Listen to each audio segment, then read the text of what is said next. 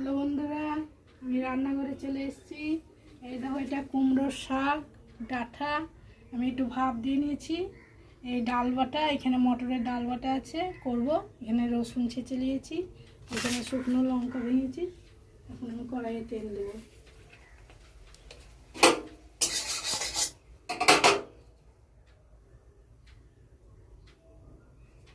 এখানে 5 ফোড়ন দেবো,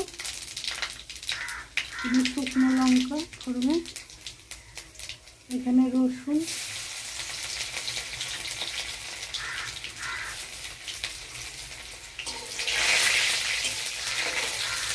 কাঁচা লঙ্কা দেবো।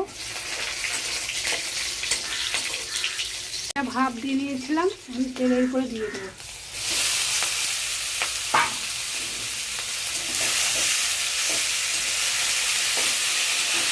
স্বাদ মতো লবণ দেবো, হলুদ দেবো।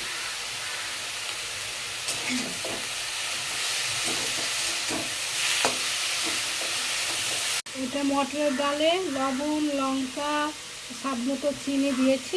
এবার আমি একটু জল দেবো, পাতলা করে এটার মধ্যে দিয়ে দেবো। এটা দিয়ে দেবো এর মধ্যে।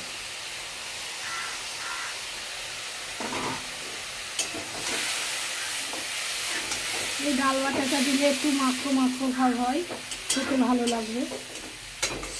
এখানে মটরের ডাল বাটা, ধনেপাতা, পেঁয়াজ শুকনো ভাজা বড়া করব, মাখিয়ে নিচ্ছি। এবার আমি একটু স্বাদ মতো চিনি দিব, দিয়ে নেড়ে দেবো। দেখো বন্ধুরা, কি সুন্দর হয়নি, দেখো শাক।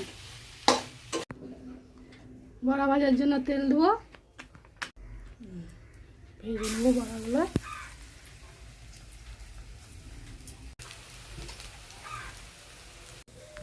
উল্টিয়ে দেবো।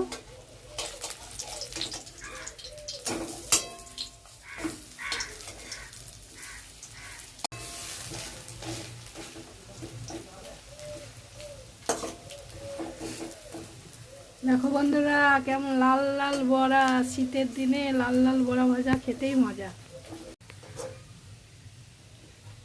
হ্যালো বন্ধুরা, দেখো আজকের আমাদের মেনুতে বড়া ভাজা, কুমড়োর শাক এই পর্যন্তই হয়ে গেছে।